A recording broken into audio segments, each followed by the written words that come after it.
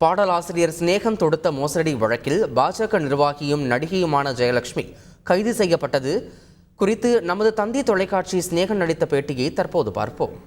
என்னுடைய பெயரில் வங்கி கணக்கு தொடங்கி வசூல் பண்ணுறாங்க ஒரு சில நபர்கள், அது யாருன்னு பாருங்கன்னு சொல்லி எங்களுக்கு தகவல் வந்ததன் அடிப்படையில் வலைத்தளங்களை போய் பார்க்கும்போது என்னுடைய பேரில் ஒரு வங்கி கணக்கு நம்பர் கொடுத்து ஒரு முகவரி கொடுத்து இருந்துச்சு. அதுக்கான சம்மந்தப்பட்டவர்கள் அவர்களை தேடி போக்கும்போது தான் மேடம் ஜெயலட்சுமியோடைய அவங்களுடைய முகவரி அப்படின்னு சொன்னாங்க.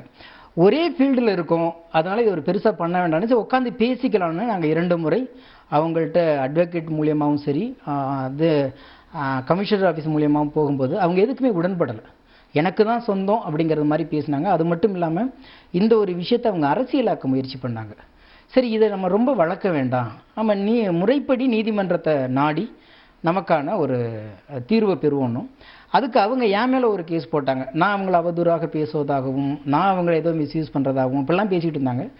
அப்போ நாங்கள் சொன்னோம், அப்படி என் மேலே போட்ட வழக்கை விசாரித்து நீதிமன்றம் இல்லை, இதில் எந்த முகாந்திரமும் இல்லை அப்படின்னு சொல்லி என்னுடைய வழக்கை ரத்து செஞ்சது மட்டும் இல்லாமல் நீங்கள் நீதிமன்றத்தோடைய நேரத்தை நீங்கள் வீணடிச்சிட்டிங்கன்னா 50,000 ரூபா அபதாரமும் போட்டு என்னுடைய கேஸை ரத்து பண்ணிட்டாங்க.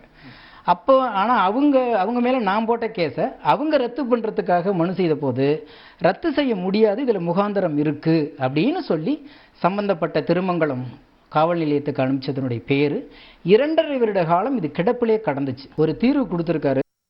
மோசடி வழக்கில் கைது செய்யப்பட்ட பாஜக நிர்வாகியும் நடிகையுமான ஜெயலட்சுமிக்கு மார்ச் 5ஆம் தேதி வரை நீதிமன்ற காவலில் அடைக்க எழும்பூர் மேஜிஸ்ட்ரேட் நீதிமன்றம் உத்தரவிட்டுள்ளது. பிரபல பாடலாசிரியர் சிநேகன் தொடுத்த மோசடி வழக்கில் நீதிமன்றம் உத்தரவு பிறப்பித்துள்ள நிலையில் சென்னை புழல் சிறையில் ஜெயலட்சுமி அடைக்கப்பட்டுள்ளார். சிநேகனின் சிநேகம் அறக்கட்டளை பெயரை பயன்படுத்தி பண மோசடியில் ஈடுபட்டதாக அவர் தொடுத்த புகாரில் ஜெயலட்சுமி கைது செய்யப்பட்டிருப்பது குறிப்பிடத்தக்கது.